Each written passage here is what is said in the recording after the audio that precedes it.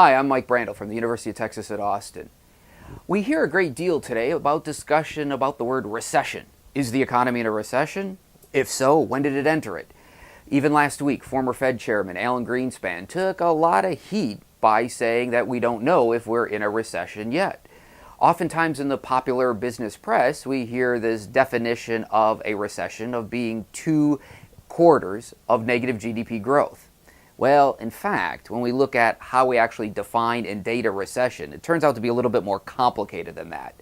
The National Bureau of Economic Research in Cambridge, Massachusetts is a nonprofit institution of leading economists. And they have a committee that is dedicated to doing nothing but dating turns in the business cycle.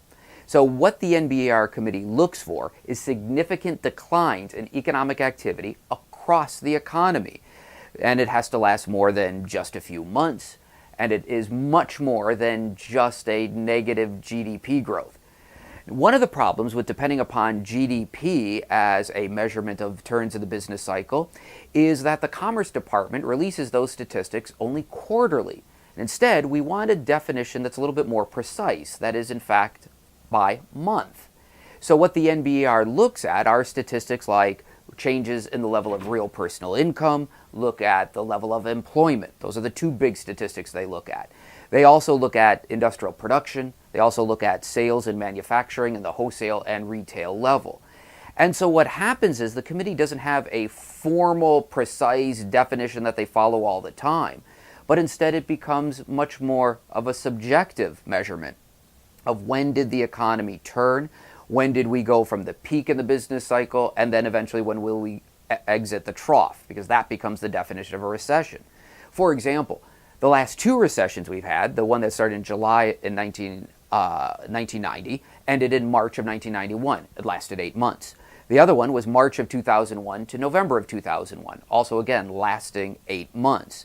But it takes the NBER about 6 to 8 months, maybe even to a year, to be able to date the turn of the business cycle.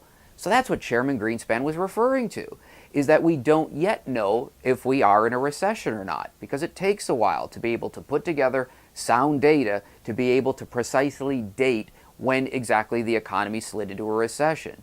So we'll look back on this time, perhaps a year or 2 from now, and we'll have a much better definition of when did we enter into the recession and when do we get out of it. Chances are it will last somewhere in that same time frame, about 6 to 9 months. So be careful when you're reading the popular press and they use that old traditional definition of 2 consecutive quarters of GDP growth. In fact, it's a little bit more complicated than that. Until next time, I'm Mike Brandl from the University of Texas at Austin.